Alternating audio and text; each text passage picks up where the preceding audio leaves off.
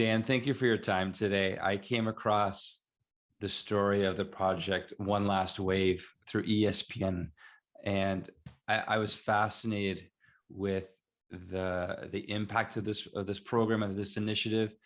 And I just wanted to share this with my listeners and the people watching on YouTube. So let's start at the beginning of this. Sure. How did this project start?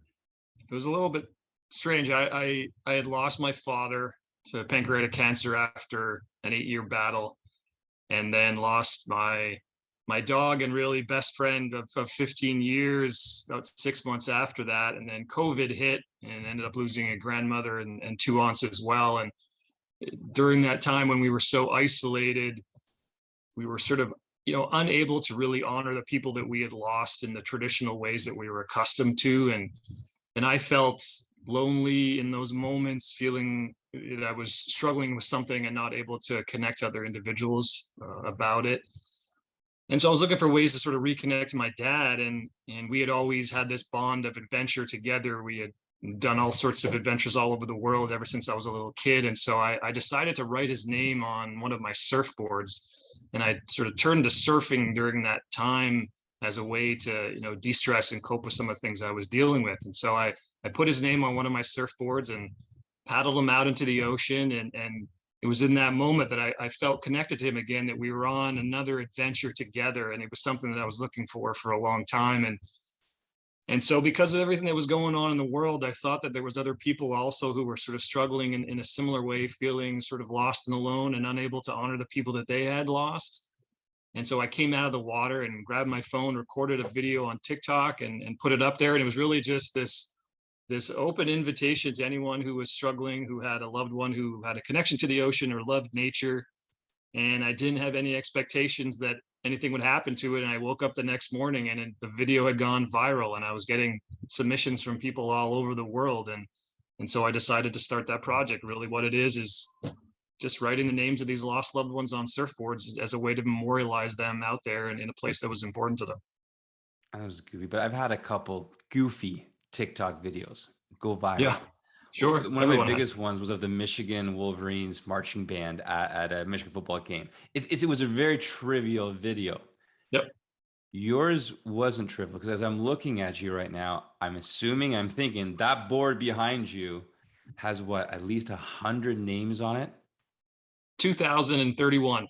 Wow. I'm happy my estimate was too low though. Yeah, they all have about around 2,000 on them. This one's how many surfboards have you filled? So I have 3 done. The 4th one is just finishing up now, and I'll be putting all the names on. I have another 1,800 names to go on right now. So in total, we've had sort of over 7,000 names so far submitted to us.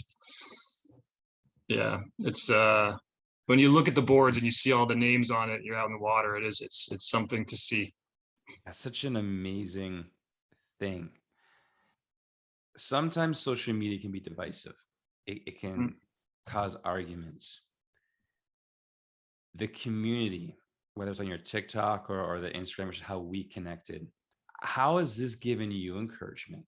Yeah, I had been, as we all are, involved in social media and had, certain videos do well or pictures do well. A lot of my social media had been dedicated to my dog that I'd lost. And, there's a lot of suppression. There's sort of definitely a lot of, divisiveness on social media. And I hadn't ever used it necessarily for something good. I mean, I had shared, pictures of the dogs and adventures and that sort of thing, but it was never something to unite people around the world for the, a common goal in that way. And especially to heal people that felt disconnected. I never really thought of what social media should really be as a way to connect us over positive things. And that never really happened. So when I saw, parents commenting about a lost child, they lost it, 4.5 years old, or people in hospice care who had a dying wish to go out on, into the ocean again.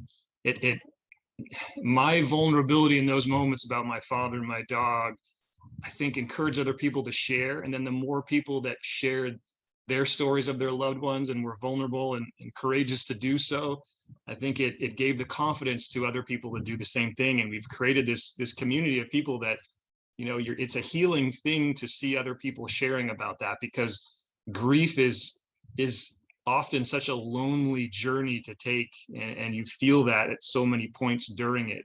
And so to see other people sharing their own grief and what they're going through, I think gives people a sense of comfort. And that's a lot of what the project has been able to offer, is people reading comments feel a comfort in that. And then seeing their loved ones out there in a place that they loved also gives them a sense of comfort too. So it's sort of something that we're doing all together to help heal in a difficult time.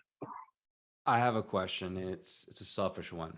It might Sure. resonate with the listeners or people watching this, but I know with my podcast, because the success it's had, it becomes all consuming at some points. Like I pull long hours, and it becomes my daily focus. Yeah. It's almost like an addiction of sorts, the time I put into this.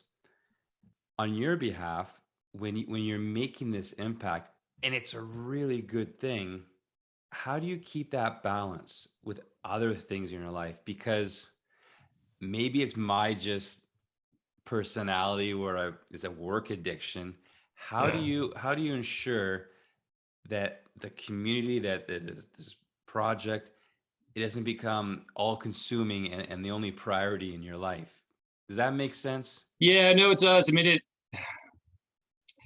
it's hard versus other careers and jobs that I've had, where you don't want them to consume your life. In many ways, this is all the hours I devote into it. Every chance I take, it's helping someone else's life and their journey as well. So I wouldn't say that it isn't all consuming. I mean, especially when it first launched and went viral and the different articles were being released, I was getting bombarded with names, and I was spending 16, 18 hours a day connecting. So part of it is because grief is such a personal thing and people are sharing these personal details with me. I've always made it a priority for me to answer every single email and comment and direct message personally, so that I can connect to those individuals who are submitting the names and really understand their loved ones who are going on the board. So it does become all consuming, but it's a very emotional thing to read a lot of these tragic stories. But at the same time, something that I do in terms of surfing, which is a passion of mine that brings me great happiness, allows me to help them as well. So while there is this emotional component to it in terms of reading and connecting with families, there's also a really positive side to it, where I know every email I respond to, every comment I respond to, or direct message, it's providing healing to someone else. And so there's a positive element to it as well. And it's just a balance between the two, and it, as with many things, there's ebbs and flows to it. And whenever there's a big article release, there's a huge influx of submissions, and then there'll be a little bit of downtime and whatnot. And often when I'm writing the names, it takes me between 4 and 5 days to get about 2,000 names on there. So I just spend those days really just focusing on that and getting everybody on. But it is, I mean, it's consuming, but in a really positive way. I mean, I've been consumed by work in many other times in my life, and it didn't have that positive effect. So it's not something that I look at as a problem necessarily. Can you please tell listeners and people watching this how they can watch these clips, so where they can watch these clips, and then how can they connect with you if they want to offer you encouragement, or if they have a short story that they want to share with you so you can put names on a surfboard? Sure. Well, I mean, just to understand a bit about what the project is, you can go to onelastwaveproject.com, and that has all of our social media handles that you can go to. You can also submit a loved one. So if you have someone that you've lost that had a connection to the ocean or nature, or that you just wanted to have out there in a peaceful place, you can certainly submit a loved one through the website. And then the social handles on Instagram were onelastwaveproject.com. Twitter is the One Last Wave. And then TikTok is One Last Wave as well. So they can, connect to any of those, send a direct message, a comment. But the best way really is through the website. Comes, directly to me, and we can sort of have a conversation back and forth and share about who you lost. Here's a question that you might not like, but it's Okay. really important. Sure. And I would do a disservice by not asking this. Sure. There's obviously a time commitment, a financial commitment on your end. Mhm. If people are in the position where they're able to help out financially, where can they go to give a donation? Where can they go to help out in a financial way? So I've tried to, from the very beginning, I've tried to sort of discourage that piece of it. I didn't want I didn't want it to become you have to give money in order to have a loved one on the board. And as the journey continued, yeah, I found that part of people's healing process was feeling like, they're helping someone else get on the board. So we've had people who had just submitted to support an entire board so that 2,000 people could go out there. So if it's something that is important to you and that you feel necessary, we have a GoFundMe page and PayPal as well. But again, there's no necessity. I think we've had 7,000 submissions and maybe 300 to 400 donations. So it's not more people than not are just on the board for that reason. And it's something that I love to do, and it's easy for me to get out there and surf. So there's ways to support, but if you can't, then it's not something that is in any way necessary. Thank you for clarifying that. And for listeners, I just want to clarify, if I worded that wrong, I didn't mean to suggest that you'd have to get your name on the board. Like, obviously, thank you for clearing that up. I was thinking more along the lines as a Christian, when I go to church, I don't have to tithe to go to church, but I tithe because I feel called to. And I think I might still be messing that up, but thank you for clarifying that there isn't a need to do that. There's not like a gatekeeper, like paying to get into a bar or something. I didn't want people to feel left out. If someone is in that during their grief journey and feeling that and wants to have a loved one on the board, and many people have written saying, I don't have the financial ability to contribute, and that's perfectly fine. I'm not looking for that in any way. I'd never ask for it, and more than often than not, I tell people no, I don't need it when they ask how to do that. But there are ways to do it if that feels right to you, and that's what you want to do to sort of help push the project forward and allow other people to get their loved ones out there. Daniel, thank you for your time today. I really appreciate it. And even maybe more importantly, thank you for making this positive impact. Everyone has gone through hurt and loss, especially over this pandemic.